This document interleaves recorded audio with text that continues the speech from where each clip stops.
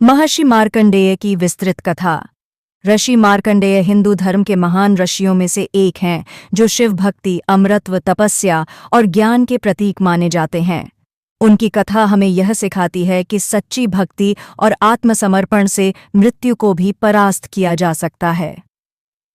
मार्कंडेय ऋषि का जन्म और भविष्यवाणी।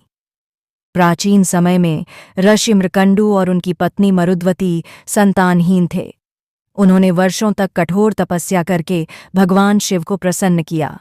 शिवजी उनकी भक्ति से प्रसन्न हुए और उन्हें दर्शन देकर वरदान दिया। शिवजी ने कहा, हे मृकंडु, मैं तुम्हें 2 विकल्प देता हूं।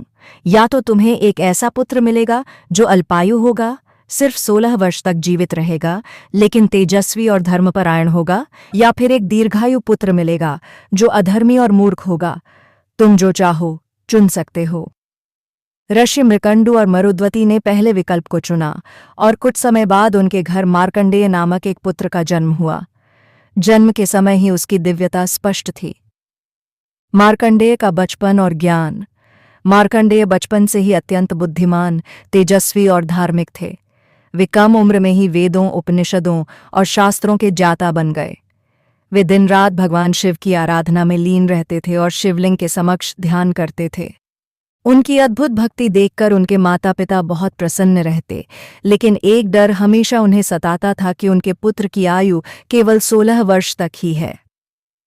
जब मृत्यु निकट आई, जब मार्कंडेय की 16वीं वर्षगांठ निकट आई, तो उनके माता पिता अत्यंत दुखी रहने लगे। एक दिन उन्होंने रोते हुए अपने पुत्र को सत्य बता दिया कि उसकी आयु केवल 16 वर्ष तक ही सीमित है। मार्कंडेय ने अपने माता पिता को सांत्वना दी और कहा, माता पिता, चिंता मत कीजिए, भगवान शिव सबसे बड़े रक्षक हैं। मैं उनकी शरण में जाऊंगा और वे मेरी रक्षा अवश्य करेंगे। इसके बाद वे सीधा एक मंदिर गए और वहां शिवलिंग के समक्ष तपस्या में लीन हो गए। वे महामृत्युंजय मंत्र का जाप करने लगे।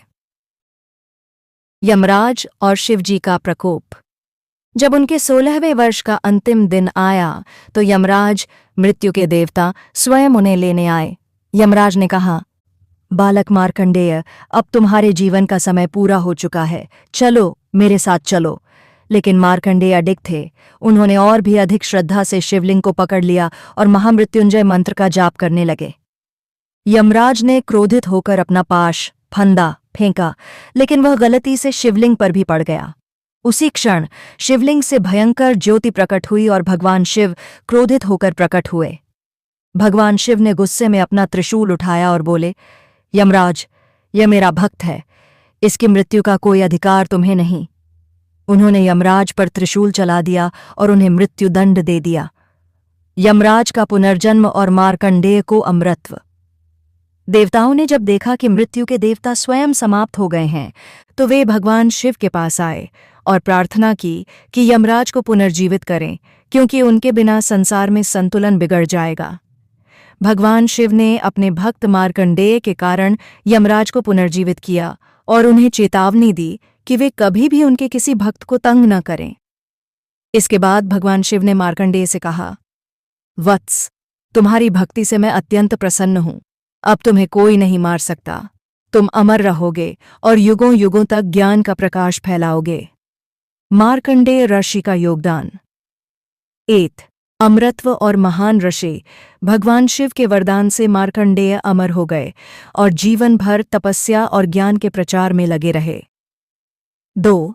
मार्कंडेय पुराण। उन्होंने महान ग्रंथ मार्कंडेय पुराण की रचना की, जिसमें धर्म, भक्ति, योग और जीवन के रहस्यों पर प्रकाश डाला गया है। 3. महामृत्युंजय मंत्र। उन्हें महामृत्युंजय मंत्र का दिव्य ज्ञान था, जिसे आज भी लोग मृत्यु और संकट से बचने के लिए जपते हैं। 4. देवी दुर्गा की स्तुति। मार्कंडेय ऋषि ने दुर्गा सप्तशती की भी रचना की, जिसमें मां दुर्गा की महिमा का विस्तार से वर्णन है। अनुसार मार्कंडेय ऋषि ने यह जानने की जिज्ञासा प्रकट की कि महाप्रलय, प्रलय काल कैसा होता है। भगवान विष्णु ने उन्हें एक भयंकर प्रलय के दर्शन कराए, जिसमें चारों ओर केवल जल ही जल था। अंततः उन्होंने भगवान विष्णु के बाल रूप बाल मुकुंद का दर्शन किया, जो पीपल के पत्ते पर लेटे हुए थे।